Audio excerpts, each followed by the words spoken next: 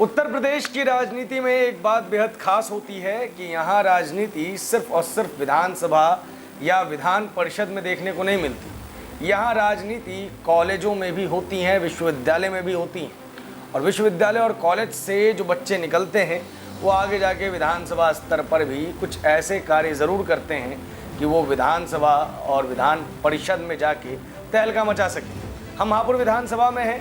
हापुड़ विधानसभा में हमें बड़ी बेहद ही रोचक चीज़ देखने को मिली है कि यहाँ समाजवादी पार्टी के भावी प्रत्याशी नहीं, भावी प्रत्याशियों की एक कतार है, और उसी में से एक हैं सचिन दयाल, जिनसे इस वक्त हम मिलने के लिए आए हैं।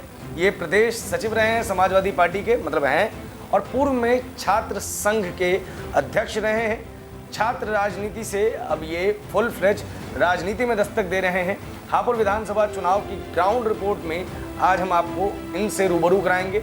नमस्कार, मेरा नाम है प्रभात रंजन मिश्रा, स्वागत है सर आपका।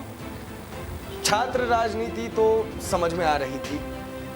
हापुड़ विधानसभा को जब हम देखते हैं, एनालाइज करते हैं, तो यहाँ पे ये कांग्रेस का गढ़ रहा है, बसपा भी यहाँ पे रही है, अब भाजपा भी। समाजवादी पार्टी के लिए यहाँ पे सिर्फ सूखा ही है। फिर इस सीट को चुनने की कोशिश क्यों कर रहे हैं? देखिए, आज का जो युवा है वो संघर्ष करना चाहता है जी, और यही संघर्ष हमने 2012 में अपने एसएससी डिग्री कॉलेज में चुनाव जीतकर किया था। शुरुआत की थी समाजवादी पार्टी चुनाव जीत की शुरुआत की, और 12 से लेकर 16 तक समाजवादी पार्टी तक जितने भी 4 अध्यक्ष बने, सेक्रेटरी रहे, तो समाजवादी पार्टी 12 से और अब तक जितनी नीचे से ऊपर पहुंची है शायद ही किसी जिले में। और आज के टाइम में लोग कह रहे हैं कि समाजवादी को सूखा है, यहाँ पे सूखा नहीं है कुछ। अब तो इतना दल है जनपद हापुड़ सदर सीट हापुड़, इतनी डिमांड है इस सीट की कि शायद ही किसी जनपद किसी विधानसभा। एक चीज़ बहुत इम्पोर्टेंट है सचिन, आप लोग जब छात्र राजनीति में रहते हैं तो समझ में आता है कि हाँ, एक नई चीज़, एक नया एक्साइटमेंट रहता है, लेकिन छात्र राजनीति से बहुत सारे लोग फुल फ्लेज राजनीति में नहीं आते हैं। ये फुल फ्लेज राजनीति में आने का क्या मकसद है, क्या विचार है?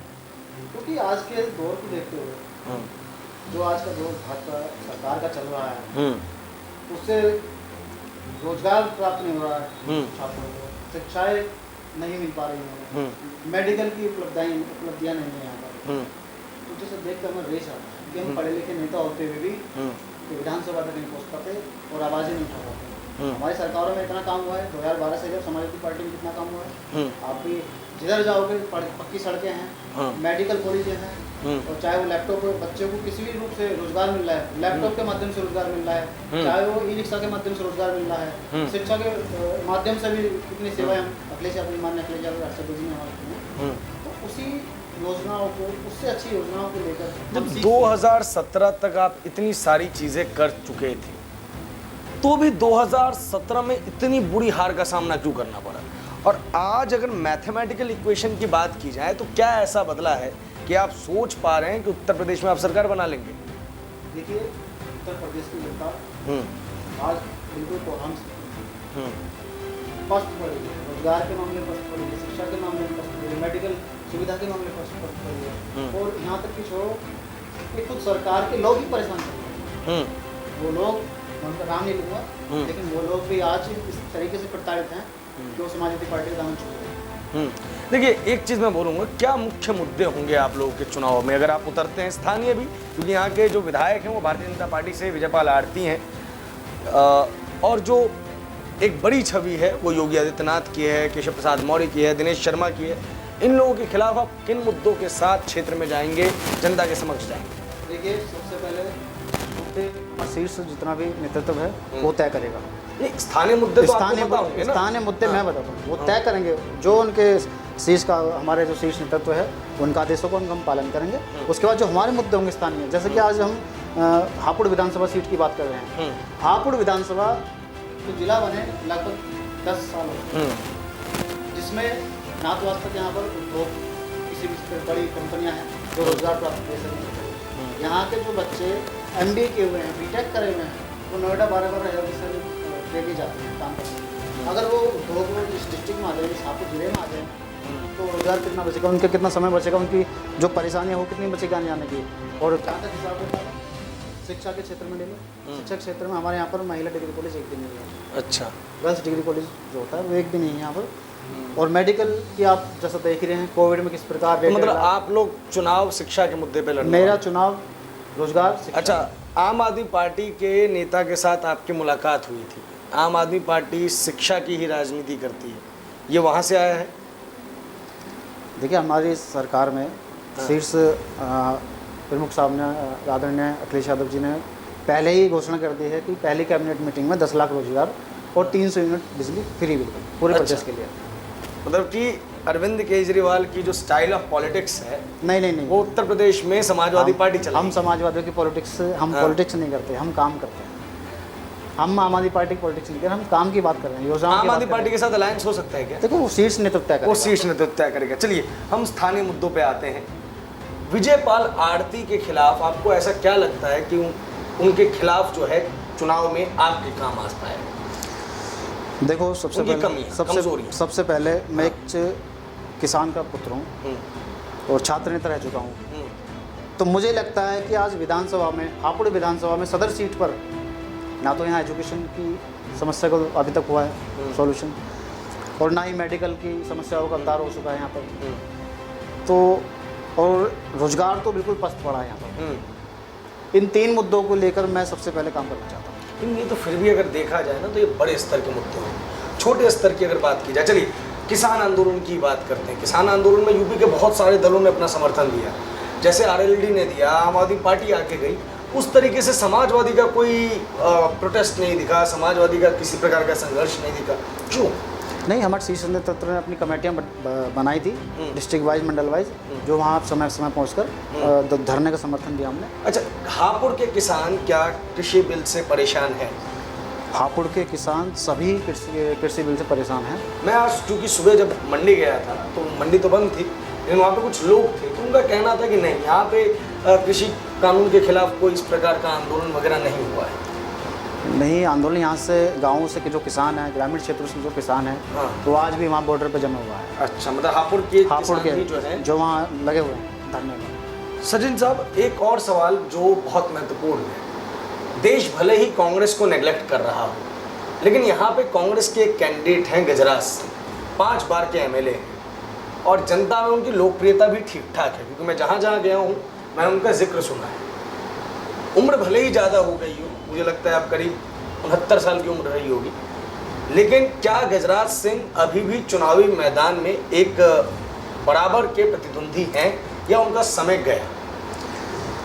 देखिए, हर पार्टी अपना प्रचार करती है, अपने लिए मेहनत करती है, पार्टी के लिए मेहनत करती है। वो भी एक कांग्रेसी हैं, वो अपने पार्टी के लिए मेहनत करते हैं और वो उनका शीर्ष नेतृत्व करेगा कि वो इस बार चुनाव में आएंगे। अगर वो चुनाव लड़ते हैं तो क्या वो आप लोगों के लिए सिरदर्द हो सकते हैं?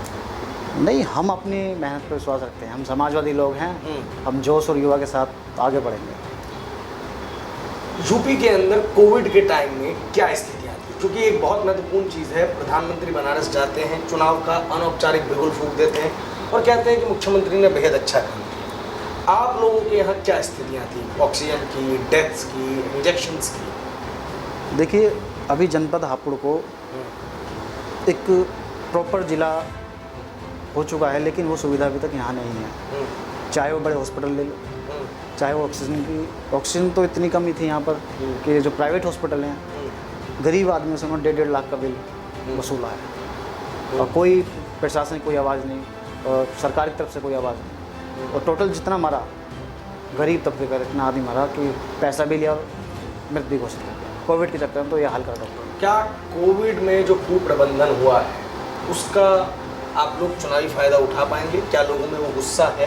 देखिए, चुनावी बीमारी का फ़ायदा, चुनावी फ़ायदा हम लोग नहीं करते हैं। हमारे लोग, हमारे समाजवादी लोग किसी बीमारी को लेकर संघर्ष करना ये हमारा नहीं है। हम मदद करना जानते हैं, हमने लोगों की मदद की है, हमने कोविड के टाइम पे ही मदद की, हमारे अध्यक्ष ने मदद की है, हमारी पार्टी ने मदद की है। तो हम चुनावी मुद्दा से नहीं बनाएंगे, कोविड का हमारा कोई विशेष नहीं है। लेकिन क्या कोविड के कारण, लेकिन कोविड के कारण जो लोग मरे हैं उनकी आवाज़ उठाना वो हमारा दायित्व है, उसे हम उठाते हैं। अगर उत्तर प्रदेश के चुनाव, चूँकि मैं हापुड़ में जो है प्रथम चरण में ही चुनाव होने हैं और मान लीजिए आपको टिकट नहीं मिलती, तो जितनी लॉयल्टी अभी पार्टी के लिए है क्या तब रहेगी? युवा हैं आप, मैं ये पूछना चाह रहा हूँ। देखिए, जब मैं छात्र संघ अध्यक्ष भी रहा तब भी पार्टी से ही शुरुआत की मैंने। अपने जीवन की शुरुआत पार्टी समाजवादी पार्टी से। समाजवादी ही क्यों, मतलब बहुत सारे दल थे? नहीं, उसमें युवाओं को मौका मिलता है, युवाओं को इतना मौका मिलता है आगे बढ़ने का, एक हमारी समाजवादी पार्टी ही कैसे मिलता है? मतलब आप ये देखिए, मुलायम सिंह यादव थे तब उन्होंने अपने पूरे कुनबे को आगे बढ़ाया, शिवपाल यादव को बढ़ाया, रामगोपाल यादव को आगे बढ़ाया, उसके बाद अपनी कुर्सी अखिलेश यादव को दे दी, यादव साहब ने अपने चाचा को ही बाहर निकाल दिया। तो ये तो पार्टी तो प्राइवेट लिमिटेड हो गई ना? प्राइवेट लिमिटेड नहीं है, हम नेताजी के आदर्शों का, उनकी जो उन्होंने आज तक संघर्ष किया है, उसे रीड करते हैं, उसे पढ़ते हैं, उसे सोचते हैं फिर, और उसे सोचने के बाद जुनून आता है कि युवा में कि हम भी समाजवादी बने और हम समाजी बन के नेताजी के कर कमलों पर चले। अच्छा, मतलब मुलायम सिंह यादव साहब के जो विचार आप लोग उनसे प्रभावित हुए और उसने प्रभावित करके आपको इधर किया। बसपा की क्या स्थिति है? 2019 में आप लोगों ने उन्हें एक तरीके से, कहते हैं मीडिया की भाषा में कहें तो, बीएसपी को रिवाइवल दिया था, एसपी ने अमृत दिया था। 15 सीटें आई आप दोनों के अलायंस की, जिसमें से 10 बीएसपी को मिली और आप सिमट के रह गए। अखिलेश यादव अभी भी बसपा के खिलाफ नहीं बोलते, लेकिन बसपा के नेता लगातार एसपी के खिलाफ बोलते रहते हैं। क्या जुगलबंदी है ये? देखिए, हम समाजवादी लोग सांस देना काम करते हैं, हम मानने काम नहीं करते, हम सांस देना काम करते हैं। हम मैं किसी दल का नाम नहीं लूँगा, हमारे अध्यक्ष जी, राष्ट्रीय अध्यक्ष जी का ये मानना है, ये उनकी सोच है कि हम जैसे कार्यकर्ता आज उस मुकाम पर हैं उनका आशीर्वाद से, कि बहुजन समाज पार्टी के लोग जितना कुछ कहते हैं, मुंह से कहते हैं, वो कर कभी कुछ नहीं पाते। और बीएसपी के लोग और समाजवादी के लोगों में बहुत फ़र्क है, वो लोगों को मारना जानते हैं और हम सांस देना जानते हैं। आखिरी सवाल और इस इंटरव्यू का समापन करेंगे। सारी बातें बड़ी अच्छी होती हैं, सुनने में बड़ा मज़ा आता है, चुनाव जीतने के दावे होते हैं, लेकिन सोशल इक्वेशन के साथ एक मैथमेटिकल इक्वेशन भी होती है। सोशल इक्वेशन कुछ भी हो सकती है, आपके फेवर में हो, अगेंस्ट में हो, लेकिन मैथमेटिकली अगर बात करें तो भारतीय जनता पार्टी के पास काडर वोट विधानसभा में 33 से 35 या 36, 37, 38% तक रहने वाला है। लोकसभा में तो वो और भी ज़्यादा था। अब क्या आप लोग इस वोट बैंक को पार कर पाएंगे?